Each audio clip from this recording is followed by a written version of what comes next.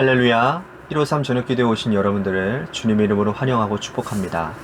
오늘도 귀하고 복된 이 저녁 시간 가운데 하나님께서 우리의 간구 가운데 응답하시는 역사가 일어나는 귀한 시간이 되기를 간절히 소망하겠습니다. 먼저 하나님의 말씀 보도록 합니다. 요한복음 9장 1절에서 3절 말씀까지 보도록 하겠습니다. 요한복음 9장 1절에서 3절입니다. 우리 같이 한 목소리로 다 함께 봉독하도록 하겠습니다. 시작. 예수께서 길을 가실 때에 날 때부터 맹인된 사람을 보신지라. 제자들이 물어 이르되 라삐여, 이 사람이 맹인으로 난 것이 누구의 죄로 인함이니까? 자기니이까 그의 부모니이까? 예수께서 대답하시되 이 사람이나 그 부모의 죄로 인한 것이 아니라 그에게서 하나님이 하시는 일을 나타내고자 하심이라. 아멘.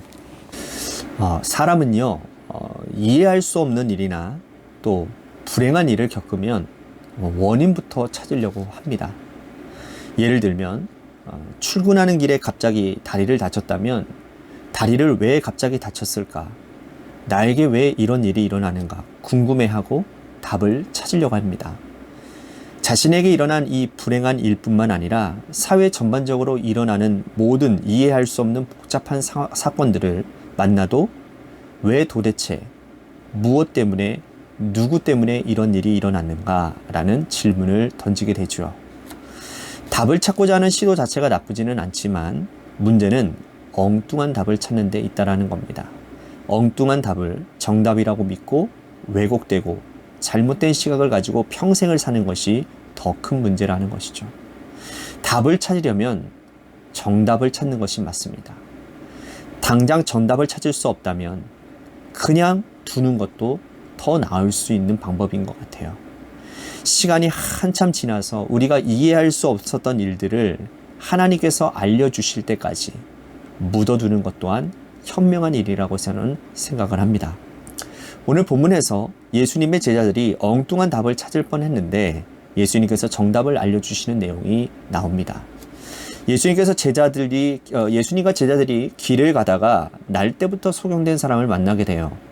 자, 1절 말씀에 보면 이 소경은 꽤 유명한 사람입니다. 날 때부터 앞을 보지 못했기 때문에 동네 사람들, 이웃 사람들에게 불쌍히 여김을 받았다라는 거예요. 장성에서 부모의 품을 떠나 구걸하며 살고 있었습니다. 제자들뿐만 아니라 그 지역의 사람들에게 꽤 유명한 사람이었고 사람들은 그가 날 때부터 맹인이었다는 사실도 알고 있었던 것이죠.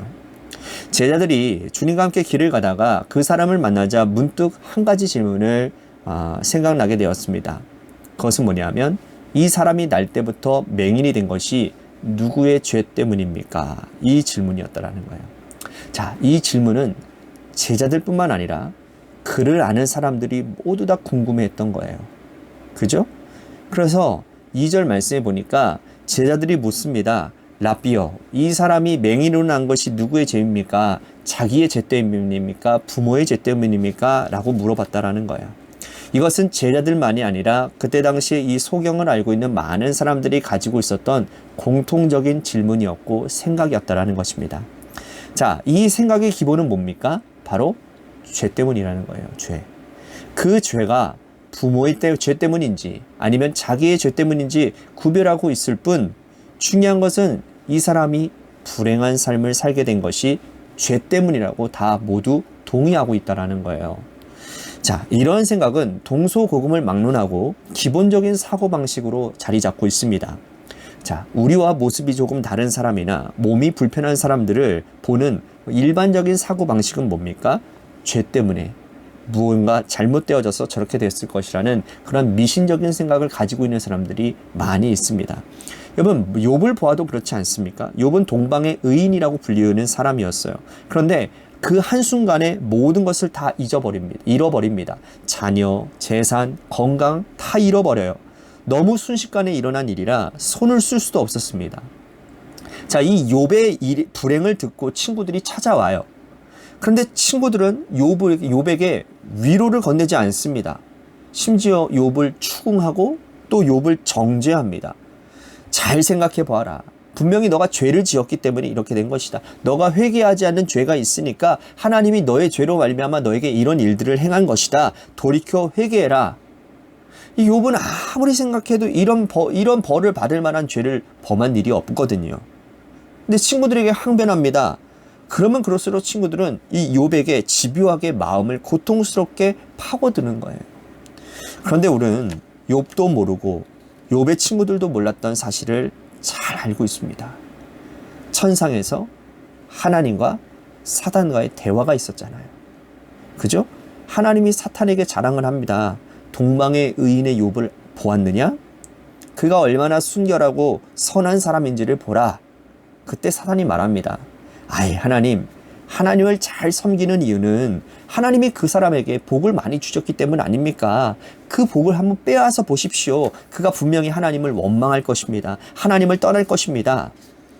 그래서 하나님은 사탄에게 그의 생명만은 손대지 말고 마음대로 해보라고 말씀을 하십니다. 그러자 사단이 그때부터 시작해서 욥이 가지고 있는 모든 것들을 하나하나 다 빼앗아갑니다. 죄 때문이 아니라도 이러한 불행은 얼마든지 일어날 수 있습니다. 우리는 다윗의 고난을 봐도 잘 알 수 있어요. 여러분, 다윗이 수십 년의 광야에서 생명의 위협을 받아가며 사울에 쫓기며 살아갔습니다. 여러분, 그게 다윗의 죄 때문입니까? 그렇지 않잖아요. 하나님이 그를 이스라엘의 왕으로 세우시기 위해, 훈련시키시기 위해 그를 광야로 몰아가셨다는 거죠. 이렇듯 자신의 죄가 아니더라도 얼마든지 일어날 수 있는 불행이 오늘날 우리들에게도 많이 있다는 거예요. 이러한 사고방식이 위험한 또 한 가지 이유는 뭐냐면 바로 기복사상입니다.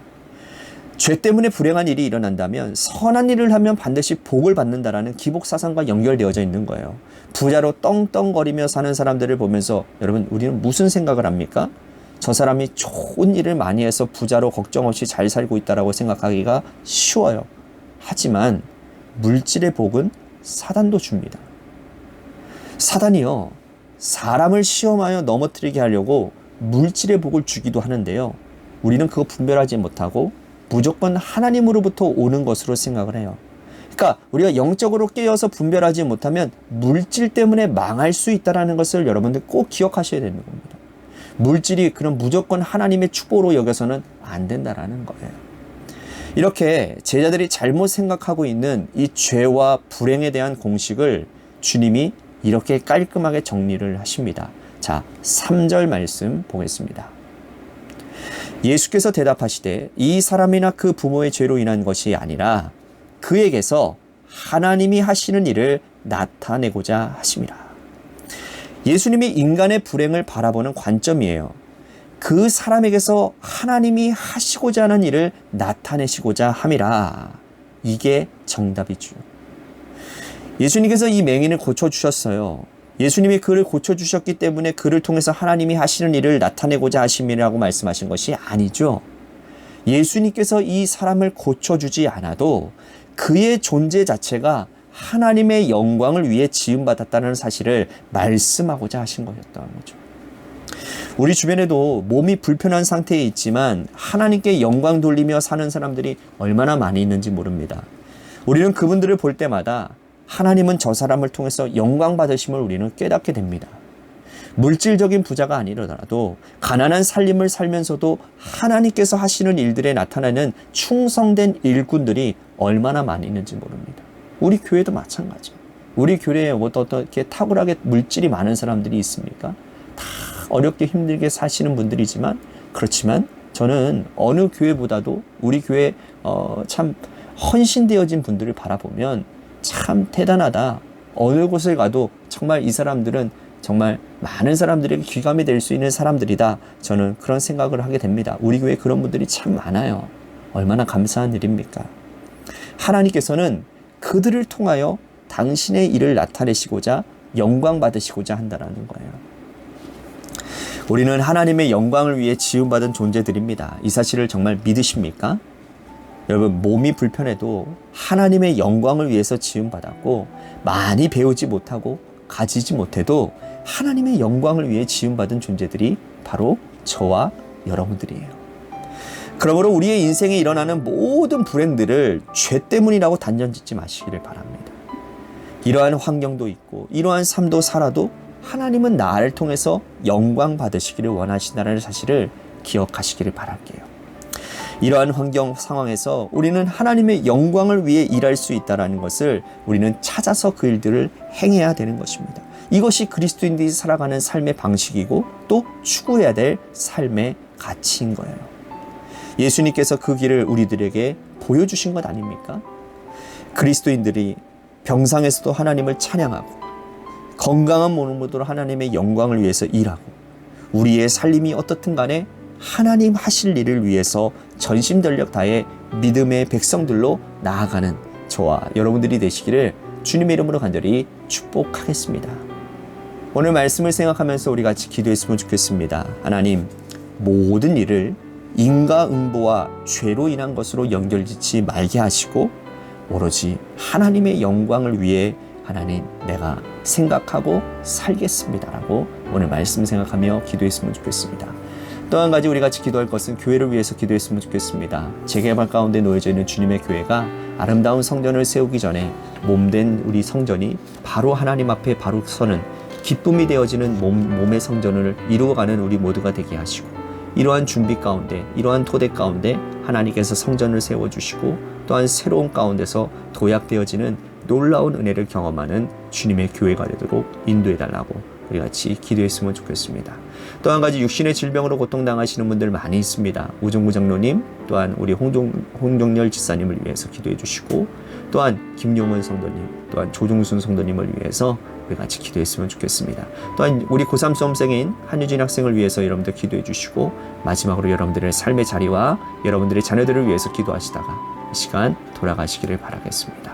우리 노래 끝날 때까지 함께 기도하며 나아가도록 하겠습니다. 기도하시겠습니다.